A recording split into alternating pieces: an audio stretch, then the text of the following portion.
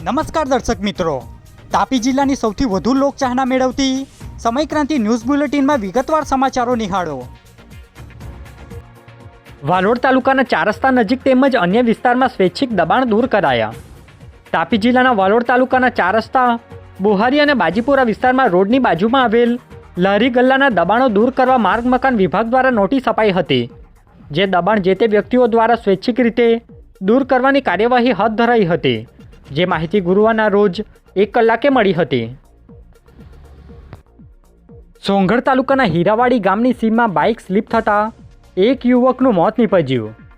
તાપી જિલ્લાના સોંગઢ તાલુકાના હીરાવાડી ગામની સીમમાં બાઇક ચાલક અભિષેક ગામિત દ્વારા બાઇક સ્લીપ થઈ જતા અકસ્માત સર્જાયો હતો, જેમાં પાછળ બેસેલ યુવક રાકેશ કોકણીને ગંભીર ઇજાઓ પહોંચી હતી, જેઓનું સારવાર દરમિયાન મોત થતાં પોલીસે કાયદેસરની કાર્યવાહી હાથ ધરી છે, જે માહિતી ગુરુવારના રોજ 2 કલાકે મળી હતી।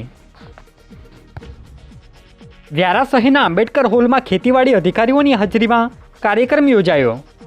તાપી જિલ્લાના વ્યારા શહેરમાં આવેલા આંબેડકર હોલમાં જિલ્લા ખેતીવાડી અધિકારી તેમજ અન્ય અધિકારીઓની હાજરીમાં કિસાન લોન મેળો યોજાયો હતો, જેમાં 10.46 કરોડના લોન મંજૂરી પત્ર વિતરણ કરવામાં આવ્યા હતા, જે કાર્યક્રમમાં અધિકારીઓ તેમજ કર્મચારીઓ સહિત ખેડૂતો જોડાયા હતા, જે માહિતી ગુરુવારના રોજ 4 કલાકે મળી હતી।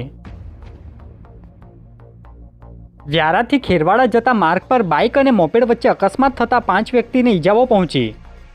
તાપી જિલ્લાના વ્યારાથી ખેરવાડા જતા માર્ગ પર પેટ્રોલ પંપ નજીક સ્પ્લેન્ડર બાઇક અને એક્ટિવા મોપેડ વચ્ચે અકસ્માત સર્જાયો હતો, જેમાં 5 જેટલા વ્યક્તિને ઇજાઓ પહોંચી હતી, જેઓને સારવાર અર્થે 108 મારફતે સિવિલમાં ખસેડાયા હતા, જે માહિતી ગુરુવારના રોજ 5 કલાકે મળી હતી।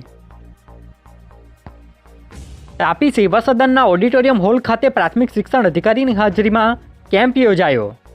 તાપી જિલ્લાના સેવા સદનના ઓડિટોરિયમ હોલમાં જિલ્લા પ્રાથમિક શિક્ષણ અધિકારી તેમજ અન્ય કર્મચારીઓની હાજરીમાં શિક્ષકો માટે કેમ્પ યોજાયો હતો, જે બદલી કેમ્પમાં જિલ્લા સહિત અન્ય વિસ્તારના શિક્ષકો દ્વારા ભાગ લેવામાં આવ્યો હતો, જેમાં કર્મચારીઓ જોડાયા હતા, જે માહિતી ગુરુવારના રોજ 3 કલાકે મળી હતી।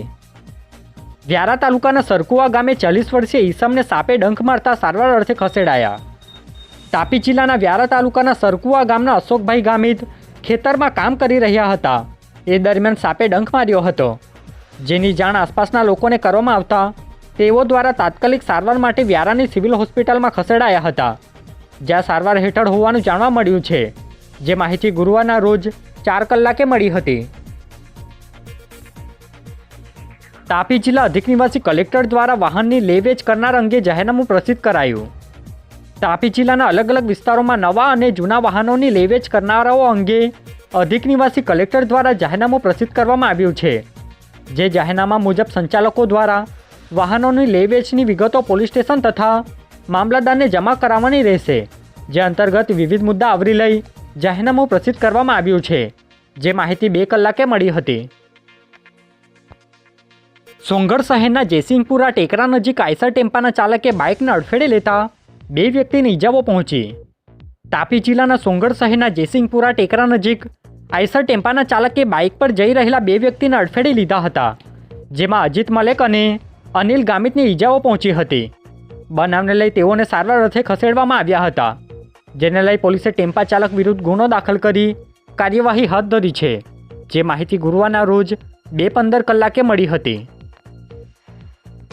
આજે બુલેટિનમાં બસ આટલું જ, અને સમયક્રાંતિ ન્યૂઝ ચેનલને લાઇક, શેર, કોમેન્ટ્સ અને સબસ્ક્રાઇબ અવશ્ય કરી લેશો, જેથી કરી તમને તાપી જિલ્લાના સમાચારોની અપડેટ મળતી રહે, અને મને રજા આપશો।